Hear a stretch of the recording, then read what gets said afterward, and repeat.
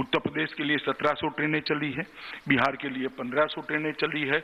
और मुझे ताज्जुब तो तब हुआ जब ममता जी ने ये प्रवासी मजदूर जो अपने माँ बाप और पत्नी और बच्चों को मिलने आ रहे थे, कोरोना संकट में अपने परिवार के साथ रहना चाहते थे, उनकी ट्रेनों को कोरोना एक्सप्रेस नाम दिया। हमने उसको श्रमिक ट्रेन नाम दिया। ममता दीदी ने कोरोना एक्सप्रेस कहा। ममता दीदी, एक कोरोना एक्सप्रेस आपने जो कहा है, बंगाली श्रमिकों का, बंगाली मजदूरों का जो अपमान किया है, एक कोरोना एक्सप्रेस ही आपको बंगाल के बाहर एग्जिट करने का एक गेटवे बन जाएगी। तृणमूल कांग्रेस को बंगाल के बाहर पहुंचाने वाली एक्सप्रेस गाड़ी बन जाएगी। ये मजदूर भूलेगा नहीं कि इसके संकट के समय में घाव पर नमक छिड़कने का काम आपने किया। मित्रों, मैं आज बंगाल की जनता को यह भी कहने आया हूं, यही बंगाल है जो एक समय पूरे देश को रास्ता दिखाता था।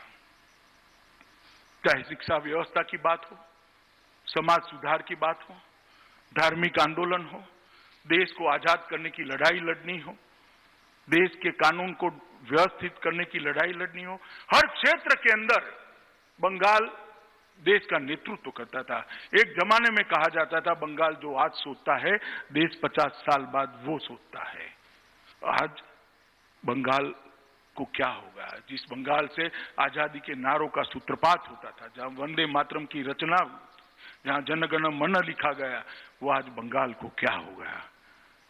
जहां शांति निकेतन का अस्तित्व है, एक नए प्रकार की शिक्षा व्यवस्था की बात हुई। रामकृष्ण और विवेकानंद का एक हिंदू धर्म के पुनरुद्धार का आंदोलन चला। चैतन्य महाप्रभु ने भक्ति आंदोलन की शुरुआत की। वो बंगाल को आज क्या हो गया है? जो बंगाल को सोनार बांग्ला कहते थे, वो बंगाल को आज क्या हो गया है? जहां रविंद्र संगीत की धुन सुनाई देती थी, गूंज सुनाई देती थी, वो बंगाल आज बम के धमाकों से दहल कर रह गया है। गोलियों की आवाज लोगों की चीखों से, हत्याओं से सुन्न रह गया है।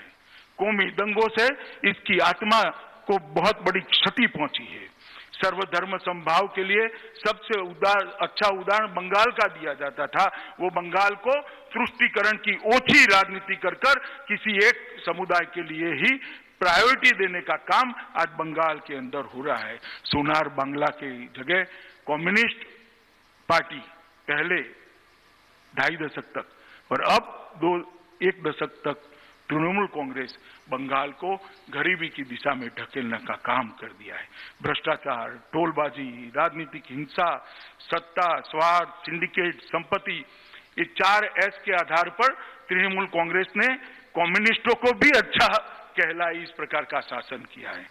मित्रों, मैं बंगाल की जनता को कहने आया हूं कि क्या राजनीतिक हिंसा कभी बंगाल का आभूषण बन सकता है क्या?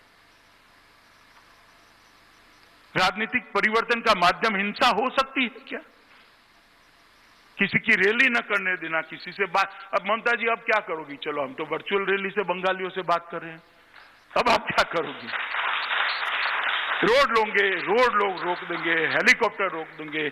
ममता जी, आप परिवर्तन को नहीं रोक सकती। मैं बंगाल की जनता को पूछना चाहता हूं कि भारतीय जनता पार्टी के 100 कार्यकर्ताओं पर जानलेवा हमले हुए, जाने गई, कई सैकड़ों कार्यकर्ता घायल हुए, ये लोकतंत्र है क्या? पत्रकारों पर फर्जी एफआईआर लगाई जाती है, प्रचार माध्यमों को मजबूर किया जाता है कि पत्रकारों को निकाल दो क्योंकि वो दीदी के खिलाफ लीड रहे हैं। होमगार्ड को एक पार्टी की सेना बनाकर रख दिया।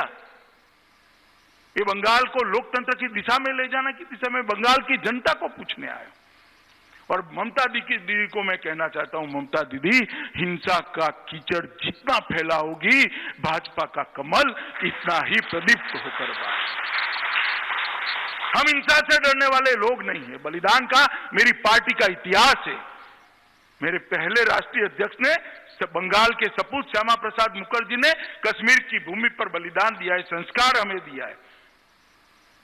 आप हमें रोक नहीं सकती, आप हमें दबा नहीं सकती। बंगाल की जनता से संवाद करने से हमें रोक नहीं सकती हो। मित्रों, और कितना भ्रष्टाचार, भ्रष्टाचार की तो कोई सीमा ही नहीं रही। इतना भ्रष्टाचार कि मैं आपको गिनाते गिनाते थक जाऊं। ढेर सारे भ्रष्टाचार के किस्से मेरे पास है, वो सब तो ठीक है, मगर आप अम्फान,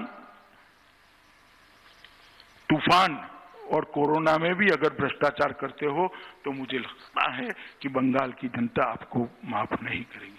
कानून और व्यवस्था की स्थिति पूरी चरमरा है। बीजेपी के सांसदों पर केस करते हैं, घर के अंदर बंद कर देते हैं, विधायकों को सेवा करने से आप रोक रहे हो, संपर्क करने से रोक रहे हो। ये लोग नहीं देख रहे हैं क्या?